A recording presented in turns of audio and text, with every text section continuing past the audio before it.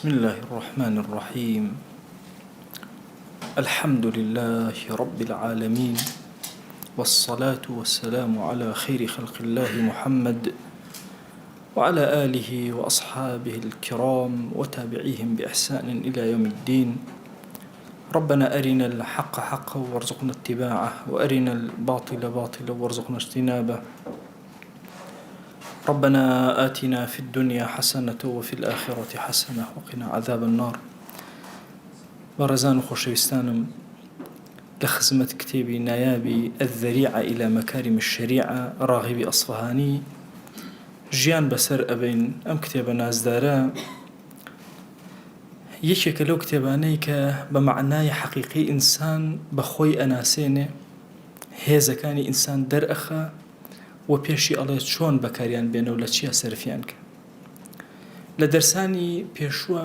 بە درێژی بۆی باس کردین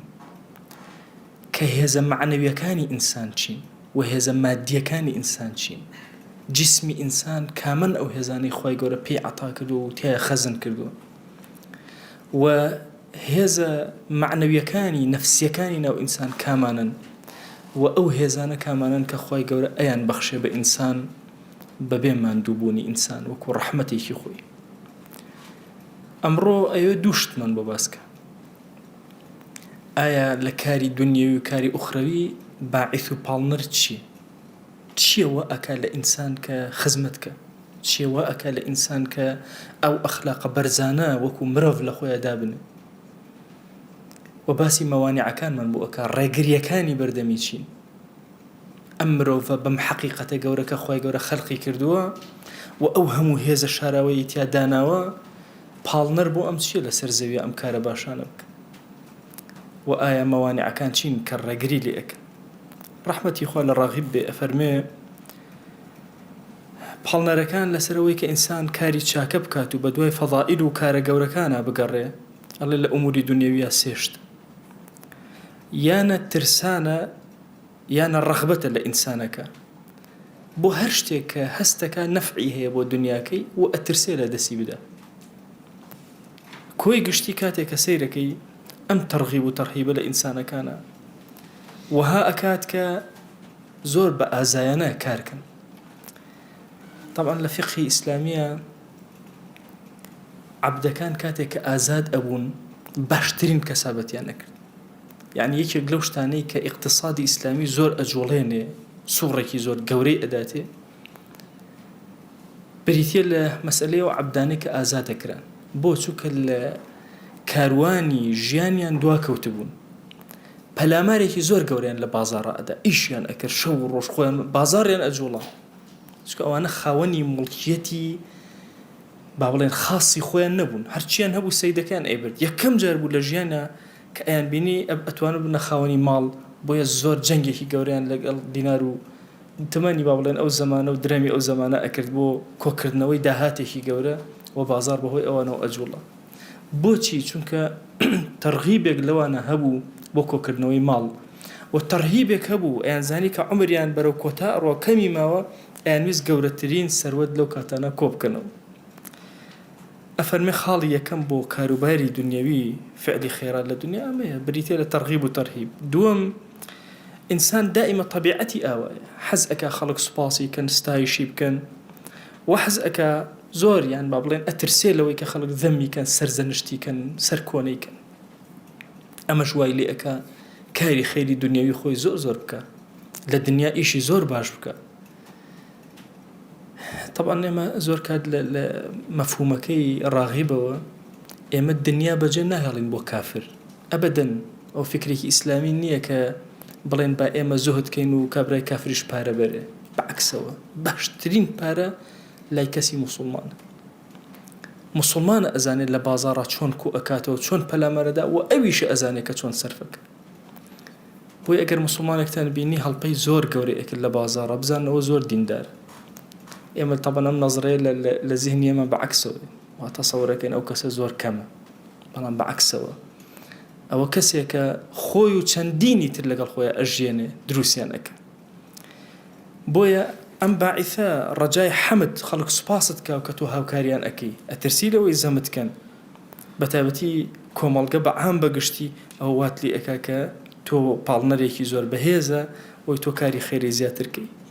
هەندێک کەسیش هەیە خی گەورە هەڵی بژاردون هەر خۆیان بە دوای خەیر و فەضیلەتە ئەگەڕن، ئیتر هەرچی کارێک ئەیکەن لەو پێناوە ئەیکەن تەرغیب و تەرهیب و حەمد و زەم و ئەمان تەئسیریان لێ ناکە. ئەفەرمێ شەهوەتی عامی خەڵک لە تەرغیب و تەرهیبا خۆی ئەبینێتەوە، حەیا لە بەشی حەمد و خەوفا خۆی ئەبینێتەوە. بەڵام عەقڵی ئینسان داوای ئەوەت لێ ئەکا پەلامار بدە هەرچی خەیرە کۆی کەرەوە بەبێ ئەوەی چاوەڕانی تەرغیب و تەرهیب بە سەیری زمانی خەڵک بە هیچ شێوازێ نەکەی. بۆیە فەرموویانە باشترین شتێک کە خۆی گەورە دابێتی بە ئینسان بریتە لە عەقڵێک کە بیگێڕێتەوە، لە دوای ئەو بریتە لە حەیایەک کە ڕایگرێ، دواتر بریتە لە ترسێک کە هەڵی کەنێ لە شوێنی خۆی، اینجا بریتە لە ماڵێک بیشارێتەوە، اینجا بریتە لە ساعقەیەک کە مردنە بێت و کت و پڕ کۆتایی پێبێنێ عیبەد و بیلال لێ ڕزگار. بۆیە ئینسان ئەگەر عەقڵی نەیگێڕێتەوە، ئەگەر حەیای نەیگێڕێتەوە، ئەگەر خەوفی لە گوناه نەیگێڕێتەوە، ئەگەر ماڵەکەی سەتری نەکە نەیکاتە بینی خۆی و ئاگر، ئەی چ شتێک بیگێڕێتەوە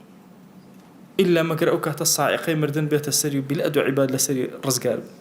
بۆ ئوموری ئوخڕەویش هەر ئەوە ئینسان ئەو بەواعیثانەی کە هەیەی پاڵنەرەکان چین زۆر ڕەغبەتی بە ثەوابی خوا هەیە و زۆر ئەترسێ لە عیقابی خوا. ئەمە منزیلەیەکی زۆر گشتیە عامەتی موسڵمانان ئەم حاڵەتیان هەیە، زۆر ڕەغبەتیان هەیە خوای گەورە پاداشتیان باتەوە و ئەترسن لە عیقابەکان. ئەمەش منزیلەیەکی عامەیە. طبعاً عیقابەکانی خوا عیقابی دنیوی و ئوخڕەوی بە تایبەتی ئینسان لە دنیویەکان زۆر ئەترسێ. طبعاً هەر یەکێک لە ئێمە کاتێک کە باسی ڕزقی بوو ئەوکەی ئەڵێ کاکە گوناه ئەبێتە سەبەبی منعی ڕزق. طبعاً ئێمە دوو جۆر ڕزقمان هەیە، عەرزم کردن لە دەرسەکانی ترا ڕاغب فەرموویەتی ڕزقێکمان هەیە فەضلی خوایە، ڕزقێکیشمان هەیە کەسبی ئینسان. ئەوەی کەسبی ئینسانە هەر خۆی بە کەسب زیادەکە، کافر و موسڵمانی تیان نییە، بەس ئەوەیان کە فەضلی خوایە جەل جەلالوه خوا عەتای ئەکا بەهۆی گوناهەوە کەمە بێتەوە، ئەمە بەرتەسک ئەبێتەوە. سیرەکەی ئینسان هەندێک جار لە گوناه خۆی ئەپارێزێت لەبەری ڕزقەکەی کەم نەبێتەوە، زانێ عەقوبەیەک هەیە لەمە. بۆ ئاخرەتیش هەروایە عەینەن ئینسان ڕەغبەتی هەیە لە ثەوابی خوایە و ئەشترسێ لە چی لە عیقابی خوا. ئەوە عامەتی موسڵمانان ئاوایە. هەندێکتر لە موسڵمانان دەرەجەی دووەم تەنها حەمدی خوا سەیرەکەن و ئەترسن لە ذەمی خوا، ئەوەش مەرتەبەی صالحینە، زۆر ڕوتبەی لەوە چووە سەرتر، ئەگاتە ئەوەی حەز ئەکا کە خوا جەل جەلالوه حەمدی بکا و زۆر ئەترسێ لەوەی خوا ذەمی کات و لە پێش چاوی خەڵک و لە پێش چاوی مەلائیکەت و ئەولیا و صالحینە بکەوێ. ئەوەش ڕوتبەیەکە لە دوای ئەو دەسی ئەکە. ڕوتبەی سێهەمە ڕوتبەیەکی زۆر گەورەیە. ئینسان بەس مەرضاتی خوا بخوێنێت، بەس ڕەزامەندی ئەو بخوێنێت. ئەمە منزیلەی نەبیین و صالحین و صدیقین و گەورەکانە، ئەولیای گەورە گەورە شوهەدا. ئەمە تەنها ڕەزامەندی خۆیان ئەوێ لە هەمووشیان باشتر ئەم پلەی سێهەمەیە کە ئینسان پێ بگا کە ئینسان ئەوەندە نزیک بێتەوە لە خوا جەل جەلالوه، ئیتر چاوەکانی تەنها ئەو ببینێ، دڵی تەنها لەگەڵ ئەوە بێ، لەگەڵ ئەوە ئاوێتە ببێ. ئیتر گوێ نەدا بەو عقوبانەی کە ئەدرێ، بەو ڕەغبەتانەی کە هەیە، بەو حەمد و ستایش و زەمانەی کە ئەکرێن، نەخێر ئەو تەنها ڕەزامەندی خوای ئەوێ وخوا جەل جەلالوه لە ئاخرەتە تەنها لەمانە ڕاضیە.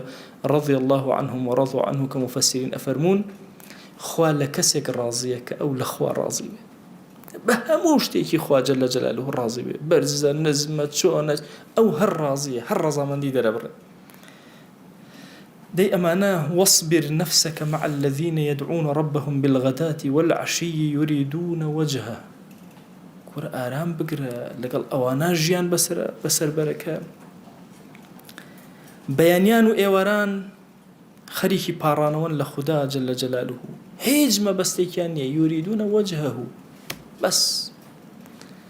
حتى پاداشتینا و بەهشت و سزاینا و جەهەنەم و هێشتا ئەوە تەئسیر لەوان ناکات، تەنها و تەنها ئەمانە ڕەزامەندی خۆیان ئەوێ. بۆیە وتیان بە ڕابعەی عەدەوی وتیان ئەرێ تۆ بۆ ئەبیستین لە دوعاکان تا داوای بەهشت ناکەی؟ وتیان ئەلا تەسئەلین الله في دعائك الجنة، ئەرێ بۆ داوای بەهشت ناکەی؟ نا داوا ناکەی. فقالت الجار قبل الدار، دراوسێ طبعا مەشهورە تۆ ئینسان ئەچێ ماڵێک ئەکڕێ کە ماڵەکە ئەکڕێ کە بجا پرسیارەکە ئەم دەوروبەرە چۆنە ئەگەر دراوسەکانی باش بوون اینجا ماڵەکە دەست بۆ ئەبات و ئەکڕ ئەمیش ئەفەرمێ من سەیری خوددا ئەەکەم جەلە جەلالوو لەناو بەهەشتا قوربی ئەو جاری ئەو ئەبینم دراوسێتی ئەو ئەبینم ئەوە لە پێش دارەکەوە لە پێش ماڵەکەوەیە بۆیە من داوای ڕەزامەندی خوا ئەەکەم داوای دراوسێتی ئەو ئەەکەم ئیتر دراوسێتی ئەو هەر خۆی لەناو دارەکەی و لەناو بەهەشتەکەی تەمەنە پلەیەکی زۆر گەورەی ئینسان کە پێی ئەگا سەرەتا هەموو ئینسانێک ئەو هەموو تەرغیباتەی قورئان ئەو هەموو تەرهیباتەی قورئان هەمووی بۆ عامەتی موسڵمانان بەڵام لە دوای پلەیەکە تەسەووەر کە گەنج جارێ سەرەتایی با بڵێ ئیلتیزامی بە دینەوە زۆر حەز بەو ئایەتانە ئەکا کە باسی بەهەشتەکە دواتر لەو ئایەتانە زۆر ئەترسێ کە باسی جەهەنەمەکە دوای وردە ئەو ئایەتانە تەئسیراتی لەسەری کەمە بێتەوە چی ئایەتە زۆر تەئسیر لێەکە ئەو ئایەتانە باسی دەسەڵاتی خوا ئەکەن زۆر کاریگەری لەسەردانێ بۆ چونکە ئەم تازە بۆتە عاشق و ئەوێ خوا بناسی چاوەکانی تەنها ئەو ئەبینێ هێزی ئەو دەسەڵاتی ئەو لە هەموو خاڵێکەوە بۆ ئەو ئەڕوانێ بۆیە ئەم مەسئلەی گەیشتن بە پلەبەندی کە ڕەحمەتی خوا لە ئیبن قەیم بێ لە مەدارج السالیکینە کە ئینسان سلوکی ئەم ڕێگایی کرد قادرمەی زۆر لە بەردەمتایە ئەبێ قادرمە بە قادرمە ببڕی سەرکەوی حتا ئەگەیتە ئەو پلەی کە چاوەکانت دڵت تەنها ڕەزامەندی خوا ئەبینێ لە ڕوایەتێکە هاتووە ڕەحمەتی خوا لە ڕاغب بێت طبعا عرضمان کردن کە ڕاغبی ئەسبهانی لە حەدیثە خەلەلێک هەیە لە شێوازی ڕوایەتی حەدیثە زۆرێک ڕوایەتی حەدیثەکانی بە معنایە زۆرێکن لەو زەمانە طبعا بە تایبەتی ئەمانەت لە زمانی ئیمامی غەزالیان ئیمامی غەزالی لەگەڵ ڕاغبی ئەسبهانی لە یەک زەمانە ژیاون ئەلەو زەمانە حەدیث هەمووی بە معنا ڕوایەت دەکرێت وە زۆر کات ئەڵێن ئیحیا علومالدین حەدیثی ضعیفی زۆر تایە بەڵام حەدیثی ضعیفی زۆر تایە نییە حەدیث بە معنای زۆر تایە بۆ نمونە حافظ عێراقی ئەبینی ئەڵێ لەم ئەجد هذا اللفظ ئەڵێ ئەم لەفظم نەبینیوە بەڵام معناکەی هەیە ئەمیش هەر بە هەمان شێواز حەدیثەکان بە ڕوایەت ئەکا فەرمایش تێگەهێنێ کە قسەی لوقمانی حەکیمە بۆ کوڕەکەی ئەفەرمێ کوڕم سائل العلماء دائما یەکێک بە لەوانە کە پرسیارکەی لە زاناکان وخالط الحكماء هەمیشە لەگەڵ داناکانە تێکەڵ بە و ڕەفاقەتیان کە لەگەڵ کەسە گەورەکانیشە وەجالیس الكبراء بە کەسە زۆر گەورەکانە هەمیشە دابنیشە لە خزمەتیانە فەرمویانە ئەگەر پرسیار زۆرکەی لە عولەما تەرغیبت ئەدەنێ و ئەشت ترسێنن ئەم پلەی کە ئینسان ئەگاتە پلەی ئەوەی زۆر پرسیار ئەکا بە دوای شتەکانە ئەڕوا کەسێکە یەکسەر پرسیار ماوەساری ئەم شتە دروسە نادروسە عقوبەکەی چی ئەگەر کردم طبعا هیچ کەس وەکو فەقیه نییە فەقیه ئەبێ زۆر چاوی کراوە بێ ئەو کەسانی کە پرسیارە لێ ئەکەن ئەبێ زۆر بە وریایی جوابەکەیان بدەیتەوە چونکە فەقیه ئەو کەسەیە کە دوو کەس پێکەوە یەک جوابیان ناداتەوە جێمە زۆر کات ئەڵێن کوڕە ماوەسای لەگەڵ ئەوە ئەڵێیان لە گرتە ڤیدیۆیەکە بین لە شوێنێکەوەڵێەوە زۆر ئاسایە لە دین ئەڵێ جارێکیان کەسێک هاتە خزمەت ئیبن عەباس وتی ئیبن عەباس ئەو کەسەی قاتیل بێت تەوبەی دروستە وتی نا ئەبەدەن تەوبەی دروست نییە کابرا ڕۆشت و دوای وتی ئیبن عەباس چۆن تەوبەی دروست نییە و مشریکیش تەوبەی دروست فەرمووی کوڕە لەقەد ڕەئەیت فی عەینەیه الشەرر کوڕە ئەمە ئاگر لە چاویەوە بوو حەر بووم وتایە تەوبە قەبوڵە یەک دوانێکی کوشت چۆن بۆیە عولەما قاعدەیەکی فقهیان داناوە الفتوى قبل الفعل والفتوى بعد الفعل طبعا فتوى كلا بيش ونمونه اگر کەسێک بێت بڵێ ماوەسا کچێک هەیە مەسەن ئەمێ خوازبێنی بکەم یەک جار شیرمان خواردوە دروستە ئەڵێن نەخێر ئەبەدەن بەڵام ئەگەر بوو تازە هێناوێتی یە پرسیارەکە ئەڵێ ماوەسا موسیبەتێکم لێ قەوماوە ئەڵێن خێزانم شیری خواردوە چەند جار خواردێتی 5 جار خواردێت اینجا تەفسیلات ئەدەیتێ وردی ئەەکەیتەوە چکە قبل الفعل لەگەڵ بعد الفعل زۆر جیاوازە فتواکان دەی ئەفەرمێ لەگەڵ عولەمایە دانیشە چکە عولەما چی ئەو ترسێنێ تەرغیبت ئەداتێ یەک دنیا صفاتی جوان جوانت بۆ باسەکە ئەگەر ئەمە بکەی ئەمە زەرەکەیتی ڕیبا نەکەی کوڕە بەقەدەر 36 زینایە کەمترینیان وەکووە زینان لەگەڵ مەحرەم و دایکی خۆتا کرد ئەترسێنێ ئێ باش دە پرسیار کە لە عولەما تەرغیب و تەرهیب بۆ دروسە بێ لەگەڵ حکەمایە کاتێک لەگەڵ دانایە دائنیشی تەنها حەمد و ذەمی خوا ئەخوێنیت خوا چەنێک حەمدی تۆ ئەکا ئەی عەبد والله ئینسان شەرمەکە کە کەلیمەی شەکوور ئەبیستێ یعنی خوا بە عەزەمەتی خۆی شوکری عەبدەکانی بکە ئێمە کین و چین ئێمە خاوەنی چین ئەو ڕەب العالەمین عەزیمە وەرە عەفوشمان بکە سوپاسیشمان بکە والله ئینسان کە شەرم ئەکا کە ئەو کەلیمەی گوێ لێ ئەبێ وشەی شەکووری خوا جەلە جەلالوهو یەکێک لە صیفاتە بەرزەکانی دەی ئەفەرمێ بزانە کە خوا حەمدت ئەکا و ذەمیشت ئەکا ئەی عەبد جارێ تووڕە ئەبێ لێت دەی ئەمەش ڕوتبەی دووهەمە کاتێک کە ئەگەیتە حاڵی ئەوەی ئەگەر لەگەڵ حوکەما دانیشتی ئەگەیتە حاڵی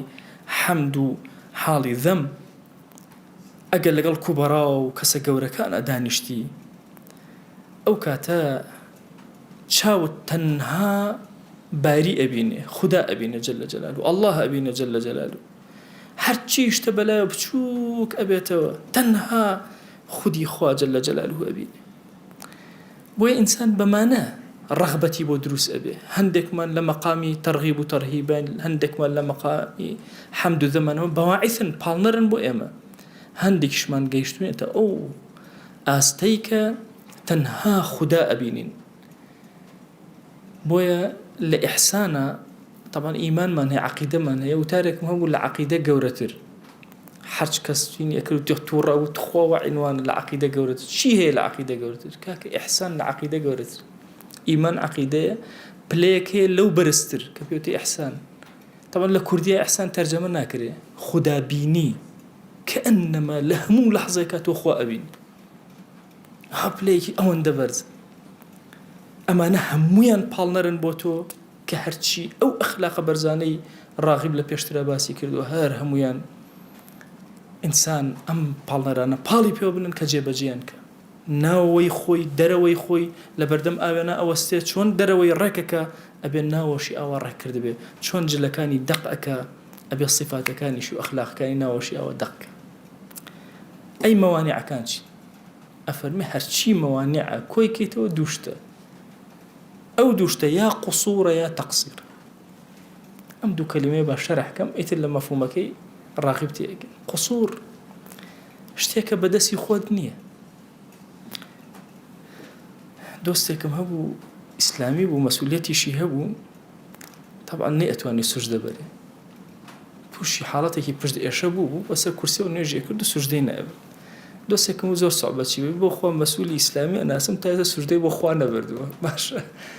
ئەی ناتوانێت کاکە نایبات دا ئەوە قسوورە ناتوانێت سوژدەکە بەری ناتوانێت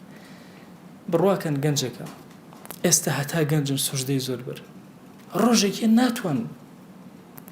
تەسەوور کە گەنجی ئەتوانی 45 دقیقە سەر لەسەر زەویدانی کورە پیر بووی لە نیو دقیقەیە تووڕای فەقەیەکم پێشنێژی کردبوو سوژدەکەی زۆر درێژ بوو دوای کە نوێشتەوە پیاوی پیر وتبووی یا ڕەبی خوا لێمان قبوڵ نەکە ئەوە نەباری بوو تەسەوور کە ئینسان لە عومرێکە ئەتوانێت ئەو جوهد و جیهادە گەورە دوای ناتوانێت قسوورت بۆ دروستە بێت ئەم دەستەکە ئێستا هەموو جارێ زۆر بە ئیسراحەت ئەیشوی لە دەستێنجا ڕۆژە لە ڕۆژان لەوە چێ نەبێ ناتوانی بیشوی ئەمە پێوتێ قسوور شتەکەت نییە هەموو ئەو شتانەی کە پێشتر باسمان عەقڵە احتمالا ندبي الرجل للرجل كابتو قصورة هي شجاعة لو سي الرجل للرجال صفتي شجاعة نمن التي قصورة هي صحة لش ساغي أو بدنيا كان كباس ما يقولوا هم إلى قصورة جيبته قوتي إنسان جمالي إنسان عمري دريجي إنسان طولي عمر هم يلا دس أدي هم الرجل تولى قبرك نزيك بيته ورده بجي هيلي مشتكوت هيدي بويا إنسان چەند فەقیر هەیە تەمەنا ئەکات دڵی زۆر خۆشەکە بتوانێت مزگەوتێ بکاتەوە ناتوان نیەتی حەزەکات دینارێ ببەخشێ نیەتی ئەم پێوتێ قسوور نیەتی چی بکە چەند کەس هەیە ئێوە چاکەکاری لەگەڵ دایک و باوکیا بکە و ناتوانێت چەند کەس هەیە ئەوێ سۆزداری لەگەڵ مناڵەکەیە بکات و ناتوان ئەمان هەمویان پێوتێ قسوور ئەمەی کە لە دنیا نیعەمە و بەتوان نەدرا پێوتێ قسوور بەڵام لە قسوورە ئینسان دەستی خۆی زۆر تیان نییە بۆیە ئەفەرمێ لا يكلف الله نفسا إلا وسعها خواجه لجا بأندازي وسعي تو أمر بيك هذا جاء من رمضاننا طبعا ملتي كرد لما سلي الرجوع زور آزاي برواكن كابرا ده دكتور بي وتو نابي بالرجوع كرة كان ين كرة ما وصل بيك الريخ خوا بي بليوان جاكم والله دوست من باوشان أوبو هات برسائل لمن أكل مش جامو بخوا يشنبونا كان بو مزجوت نايلم الله هربي بالرجوع بي أو لحبة حرشي تيبو تكي بس بي بلي بالرجوع نبي إخوة سري لا بردو تصورك لا يكلف الله نفسا إلا وسعها أمره وسعت هي أتواني بالرجوع السبيني تواني الرجل إخوة لسرد لا أبا أمره وسعت هي أتواني عمره يبكي السبيني لسردني نايكي أمره أتواني حيوانك لبناء إخوة سربري السبيني ناتواني لا يكلف الله نفسا إلا وسعها أي تقصيرك شوانا أفرمت تقصيرك شوار جور طبعا تقصير تمضي إنسان كوي تقصير كوكي تواكات تمضي إنسان يكم أفرمي وي إنسان كحق باطلنا ناس جميل قبيح جوان ناشين نازاني لغفلتها دواي أما زور آسان دواي أم جورة لتقصير زور آسان أويش أوي بس هول بدا فير به حق باطل ليك جاكد طبعا لو شيء بلين لقيامتها باشا كسيك أجر كافر بو چی خوا محاسبەیەک آخر محاسبەی لەسەر ئەوە ئەکا جهدی نەکردووە تعلیم کات و فێر ببێ هەتاوەکو حەق و باطل لێ کات نەیتوانی ئەفەرمێ ئەمەیان زۆر ئاسانە ئەتوانێت تعلیم کا و خۆی فێرکە دووەم ئەزانی حەق و باطل کامەیە بەڵام هەندێ ئەخلاقی ناشرینی هەیە تعودی نەکردو لەگەڵ ساڵح و جوانە لەسەر خراپە ڕاهات ولا سر خراپە زۆر بە زەحمەت ئەتوانێت چاکە بکە جارێ گەنجە تەوبەی کردبوو ئەمانە ئەی کوورە ماوەسا وەڵا خۆم نەزانم نوێژ باش بەخوا دەستنوێژێکردم بەس نوێژەکە ناکەم ئاخر ڕۆ دەستنوێژێکری بۆ نایکەی نوێژەکە ئەخ پێم ناکرێ ناتوانم تعودی نەکردووە ئەزان نوێژی بای چەند زەحمەتە بەڵام کە لەگەڵ یاڕای چەند ئاسوودەت ئەکە و دڵی ئارامەکە ئەزای شەو نوێژ چەند زەحمەتە بس كاتك لقال يا راي أزاني تشن جمال وجوين أداتي أزاني كاتك شبك هل أسيت دعاء كي يكم جارك هل أسيت تشن زحمته هو يا رحمتي خوالة غزالي به أفرمي أجر هر نوتواني شون يشكي كورا نشتواني دزنيش بقولي هل نشتواني هل صيل جاكتا الله إلا نو جاكتا بالا غافلين حساب نكري هر خبر أبوي أستغفر الله يبقى سبحان الله يبقى هر كلمة يبلي ناويش الله بزمان تابع لعل لغافلين حساب نكري أفرمي أم جوري دوام كورة زور ناراحت ترى لجوري كم بس حق باطلين أناسي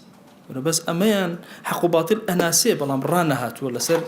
شاكا كان أفرمي أما أبي جنكا لقال خويا حتى وكو عاد خرابة كان لا بعاتي شاك أخات شوين بويا أفرمي علماء وعابدي قورة وفرمانا ترك العادة شديد زور زحمة إنسان عادتي خوي بقوري وقت خوي ما صعب الكريم مدرس لبغداد جوركان قوريبو طبعا جوركي أبو شوازبو خصبانا جوركي الدرجاكي اللي همون نيجيكي عصر أهاته وسر أشوبو جوركونك كلي لكي بياك دوسي كلي تاقي كل جابيريك وتشوبو أولا آخر بيسو حوصل ألو جورابو أسبردو أنت جوريتر هم جار الشعر كي بدم خوي أوتو أيوة كم من منزل يألفه الفتى والقلب عند الحبيب الأولي شن شوين هي إنسان تمام والفتي شي بيو أقرب بس ضلي هلا بيشوي الله ما صار ملا مجيدي شقلاوة خادمي شي أبيه إذا بياكي زور نكتة باز وقصة خوش وأنا بو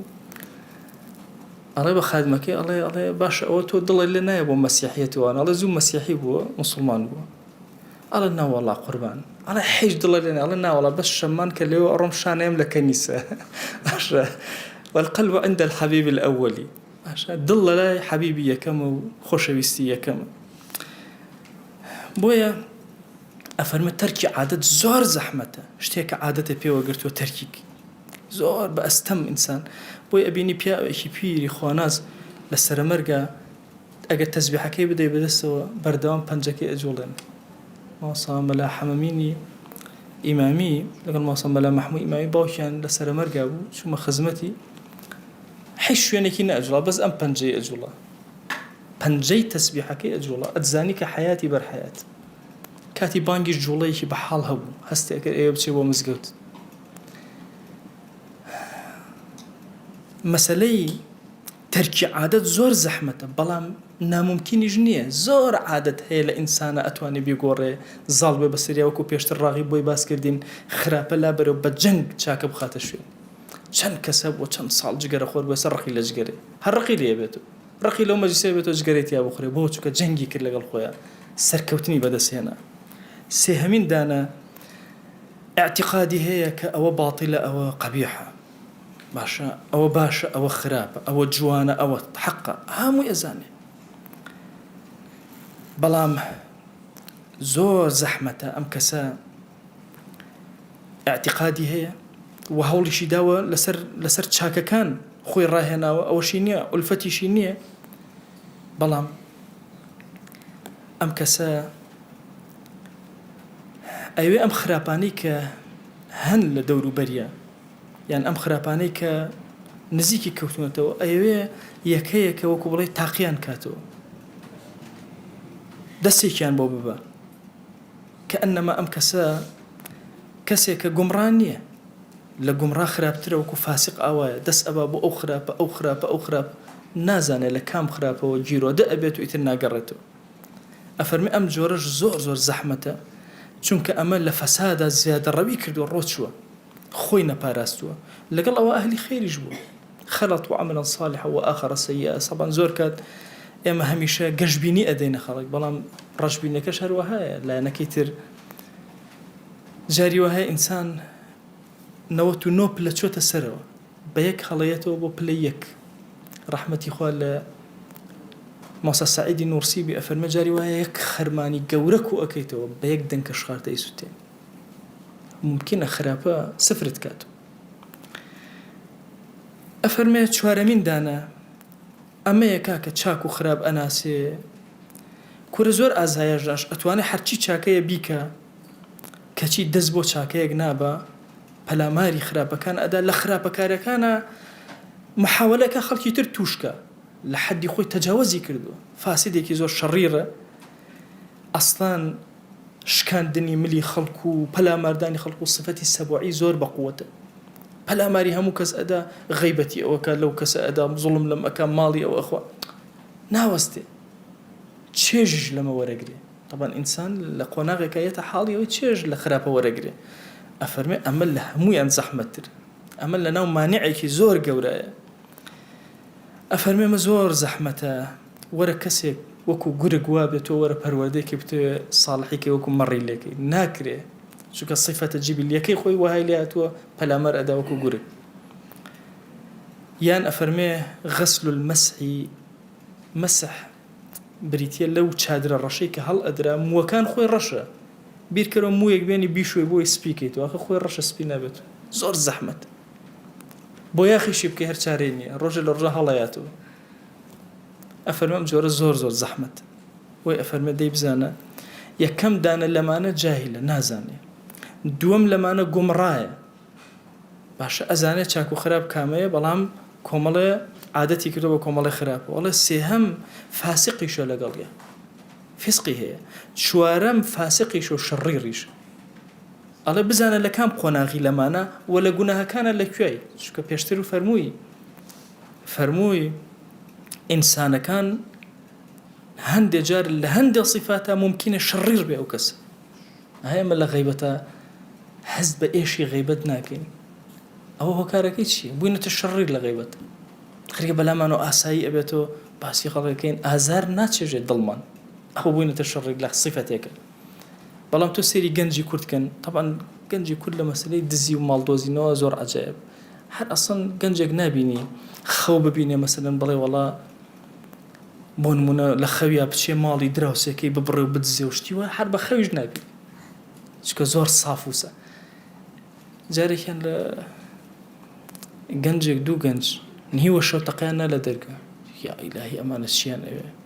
دەرگام کردەوە سێرەکەم هەندێک ئەمانەتی زۆرمان پێ بوو لە خێزانم لە جامتایەکە تو مەز لەسەر سیارەکە دەما بەجێمان هێشتەوە بەو نیوە شەو تەقیان نا لە دەریایە نایانەوە سەری ئەو صفەتە بەرزەکەتیە خودی ئەم گەنجە لەوە چێ لە شوێنێکا بیبینی بەزەوی بە حاڵیا بێتەوە سیرەکەی لە صفەتێکە شەڕیرە لە صفەتێکە فاسقە لە صفەتێکە ضالە لە صفەتێکە جاهیلە خودی ئەم ئینسانە ئێمە هەمومان واین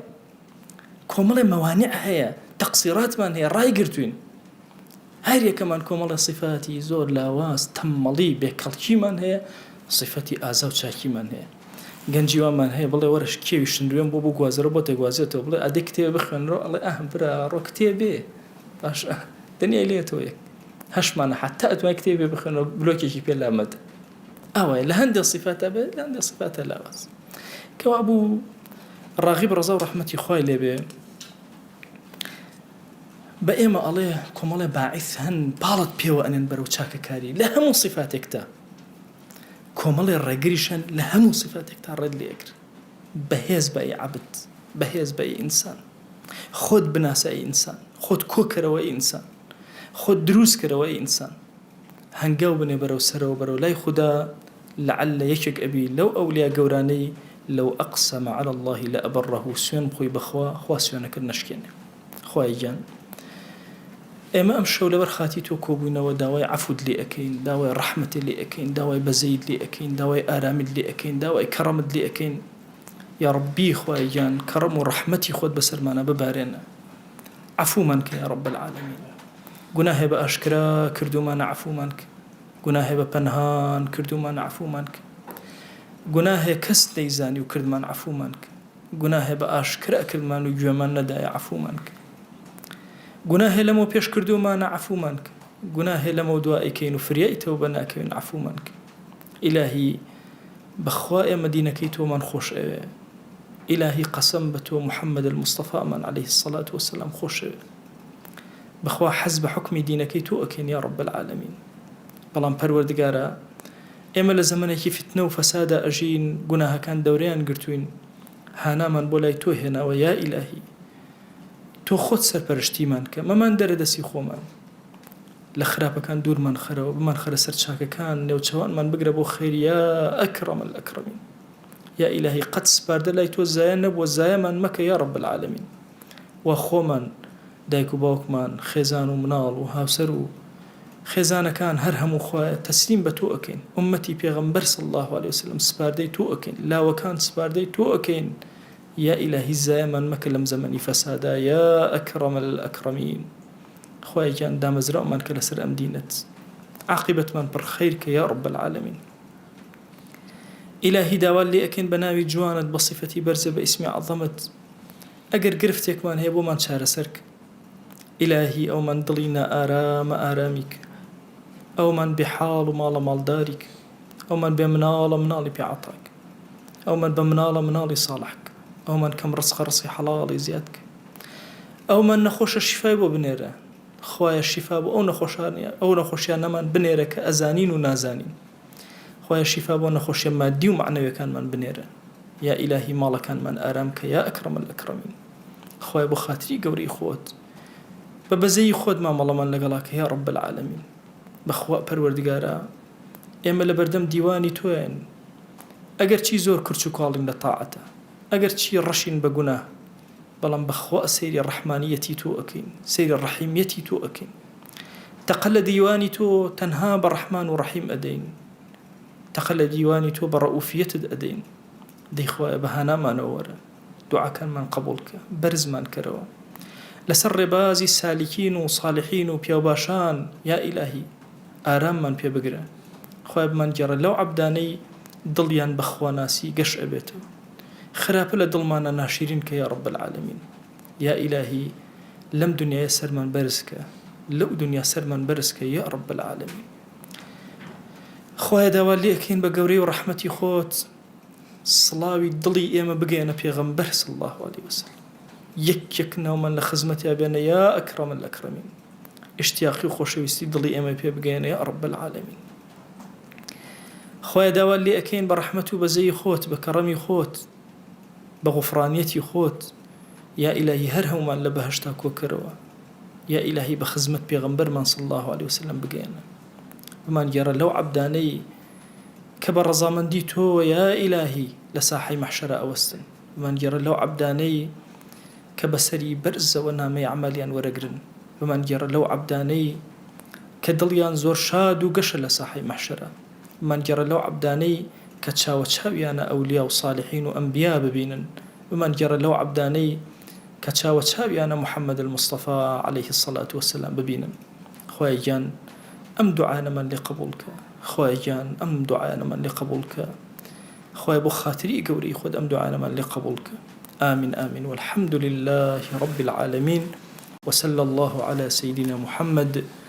وعلى آله وصحبه وسلم تسليما كثيرا أبدا إلى يوم الدين خويا قوري لقناهي من يشوء وجبوري وخويا من قبولك